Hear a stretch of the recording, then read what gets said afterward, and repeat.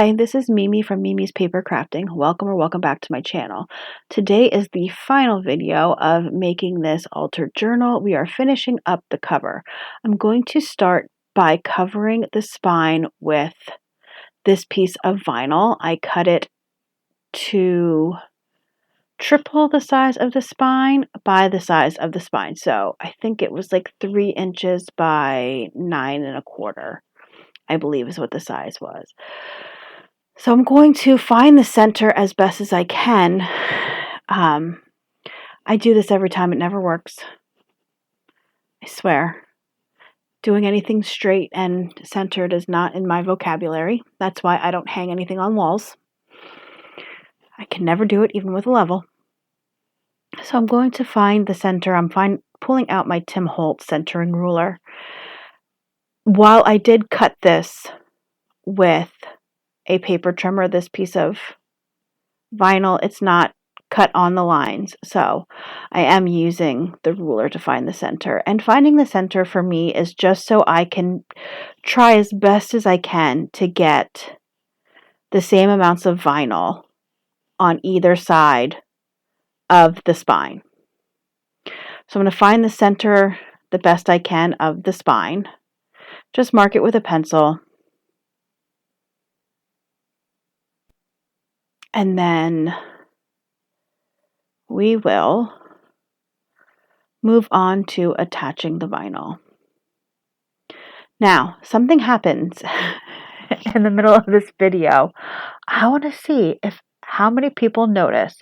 If you notice what happens in the middle of this video, you pause the video and let me know down below, because I will inform you at the end what happened in the middle of the video. But yes. If you, or you know what, I'll do it in the description box. So if you see what happens in the middle of this video, you let me know in the comments. So for this one, I'm just pulling the backing of the vinyl, so I'm not putting the full piece of vinyl down at one time. I've done that. I've done it both ways. It all depends. Like I said, I struggle. You'll see my struggle. I don't cut it out. You'll see my struggle with this vinyl. It's not a fun time, but I get it down. Also, I want to mention, I didn't do it in this video, but when you are using an altered book and you do this and you put the vinyl down, please, once your book starts to get a little chunky, pull up that vinyl and glue it down. You don't have to do it right away, because if your book's not going to get chunky, if you're just using your book to paint on and not put a lot of ephemera and stuff in, your book may not get chunky. However, if you put a lot of stuff in your journals, your book will become a chunky little monster.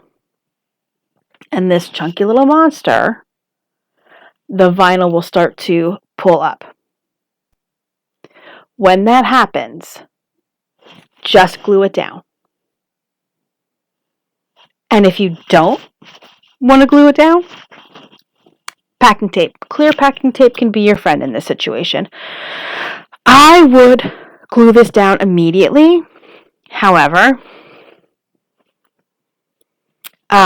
it took me so long to get it to looking okay that I was like, nah, I'm done.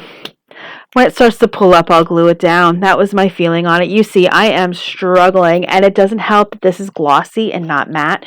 Usually I buy matte vinyl. I had no idea when I bought this vinyl that it was glossy, or I wouldn't have bought it. I'm not a glossy vinyl girl. I'm a matte girl all the way. So you can see every wrinkle in this vinyl. Every wrinkle. But it's okay. I'm also, there I am, saying no, I'm not on screen. Yep, you see every wrinkle, and you see right here, this is where I cannot get it flat and wrinkle free to save my life, to the point where I just give up, because, like I said, once this thing gets chunky, it has to get glued down anyway. The vinyl will start to curl up and pull up. It's happened before when I've used vinyl. It was thicker vinyl than this, though, I believe. This is very thin vinyl. This is Oracle. Oracle 651, I believe. It's a nice thinner vinyl, so maybe it won't pull up. But I know the first time I did this, the thicker vinyl, when I didn't glue it down, it did pull up. It was a thicker glitter vinyl, though. So who knows? We'll see as time goes on what will happen with this poor vinyl spine that I am still struggling with. I just need to move on at this point. I didn't realize, I mean, it's only been a few minutes, but I feel like the struggle is real. Okay, so I'm going to pull out my letters. Now, off camera, earlier on when I was trying to figure out what I was going to do, I pulled out a bunch of letters from my letter container. I have these IKEA containers that they look like Lego blocks. And I have some filled with cutout numbers, some filled with cutout letters. So I went through and found the word journal. I'm just going to use some walnut stain distress ink to knock down the color a little bit, make them a little bit more distressed so they look a little bit better on this cover. I did, when I pulled these out, take a picture of how I wanted them. Just so when I took them off to, because I did Mod Podge the cover off camera and let it dry really well. Just so when I was done with the Mod Podge, I would remember where everything went. That is a good tip for you. If you are going to do something like this, take a picture of what it looks like so you don't forget. Maybe it's just me. My mind starts to go in a million different directions and I forget what it is, how I wanted something to look. So taking a picture is another great tip to give you. Don't be afraid to take a photo so you remember what something is supposed to look like or how you wanted it to look in the first place. It's going to end up slightly different because you're never going to get it in that exact spot, but it's better than not remembering at all what you want it to look like and then being disappointed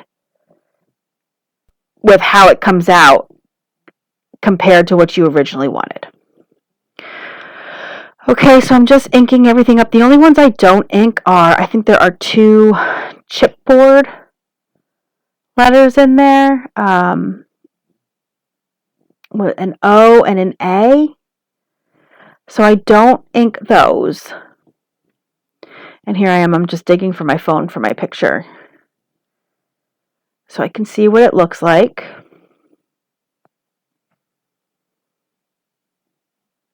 And then we will get ready to glue the letters on. See there, I took a picture. So I have it off screen and I am just going to start gluing the letters on. One at a time, I'm gluing the letters on. I'm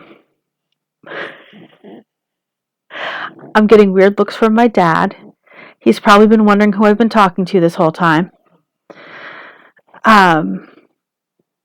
Yep, so I'm just going to glue them on kind of wonky. That's the look I'm going for.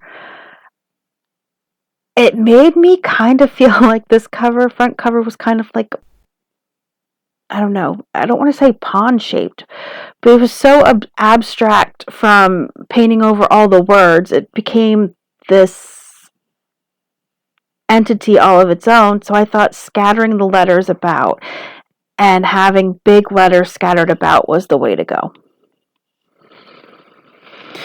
Okay, so I'm just going to, this R was cut out using the mini alphabet punch board from We Are Makers. Not the big alphabet, but the smaller alphabet one. I think it is called the mini. The other letters were cut out using a die cut. I don't know. I got the letters on Amazon. They were a generic brand. And the chipboard gold letters, I believe, I got them at Tuesday Morning long time ago, and I believe they were Heidi Swapp, maybe, but they're old, and I have not seen these chipboard letters anywhere since then. And we're going to put on that last letter. I don't know, what do you guys think? Do you like this cover? Do you like how it turned out? I really do like how it turned out, and I don't even mind the glossy vinyl. Just that you can see all the wrinkles on the one side, which will eventually even itself out. It's fine. So here we go. Let's just do a quick flip through then.